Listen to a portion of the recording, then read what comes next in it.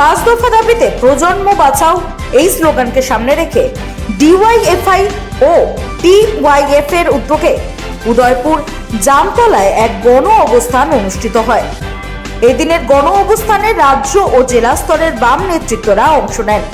এদিন দুটি সংগঠনের নেতৃত্বরা ভাষণ রাখতে গিয়ে রাজ্যের ক্রমাগত নেশার রমরমা নিয়ে তীব্র আক্রমণ করেন ত্রিপুরার জোট সরকারকে। সেই সাথে কর্মসংস্থান নিয়েও আক্রমণ করতে ছাড়েননি বাম নেতারা। রাজ্যের পাশাপাশি কেন্দ্রের এনডিএ সরকারকে আক্রমণের নিশানায় নিয়ে যান ডিওয়াইএফআই থেকে শুরু করে টিওয়াইএফ নেতৃত্বরা।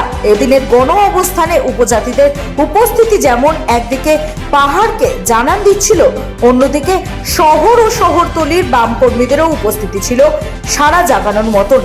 বামেদের এই গণ অবস্থানকে কেন্দ্র করে পুলিশ ও টিএসআর থেকে শুরু করে কেন্দ্রীয় বাহিনী মোতায়েন ছিল গোটা সড়ক জুড়ে। Bureau report, রাতদিন news network.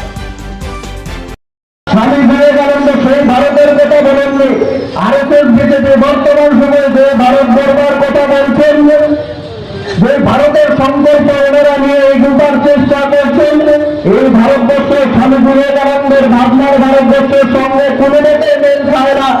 আজকের ভারতবর্ষ হচ্ছে অভুক্ত ভারতবর্ষ। এখনো রাত্রেবেলা ভারতবর্ষের মধ্যে 20 কোটির বেশি মানুষ রাত্রেবেলা না খেয়ে ঘুমায়। এখনো ভারতবর্ষের মধ্যে 25 কোটির বেশি মানুষ রাত্রেবেলা খোলা আকাশের নিচে ঘুমায়। হচ্ছে আমাদের ভারতবর্ষ। আমি গর্ব করে আমি একজন ভারতবাসী। ভারতবর্ষের মধ্যে যত অংশের মানুষ বসবাস করেন সবাই হিন্দু, কারণ আমরা হিন্দু প্রদেশের মানুষ, আমরা সবাই ভারতবাসী।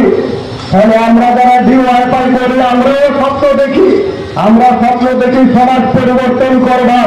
আমরা এই ভারতবর্ষ চাই না যে ভারতবর্ষের মধ্যে রাত্রেবেলা মানুষ না খেয়ে ঘুমাবে। আজকে বেকারত্বের যন্ত্রণায় যুবরা আত্মহত্যা করতে বাধ্য হচ্ছে। কোন একজন মানুষের যখন রক্তের প্রয়োজন হয় আমরা বেছে বেছে ফোন করি না যিনি সনাতনী ধর্মের বা অন্য ধর্মের, যে কেউ আপনি রক্ত দিতে পারবেন না। আমরা যখন হাসপাতালে যাই তখন গিয়ে আমরা প্রথমেই বলি আমার পরিবারের জন্য 1 ইউনিট রক্তের প্রয়োজন। সে রক্তের ইউনিটের মধ্যে লেখা থাকে না কে হিন্দু, কে খ্রিস্টান, কে মুসলমান। তাহলে আমরা যারা প্রগতিশীল সংগঠন করি, আমরা যারা প্রগতিশীল ভাবনার মানুষ, সকলের কাছে আমাদের আহ্বান।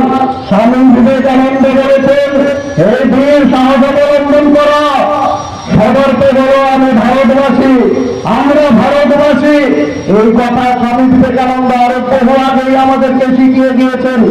এই স্বামী বিবেকানন্দকে ব্যবহার করা পর্যন্ত আরএসএস বিজেপি ছাড়ছেন না। স্বামী বিবেকানন্দ তার সময়কালীন সময়ে দেখিয়ে গিয়েছেন এবং উনি স্বপ্ন দেখেছিলেন একটি ভারতবর্ষের। স্বামী বিবেকানন্দ যে স্বপ্ন দেখেছিলেন যে ভারত গড়বার কথা বলে গিয়েছেন, আরএসএস বিজেপি সেই ধর্মের মানুষদের বোকা বানাচ্ছে।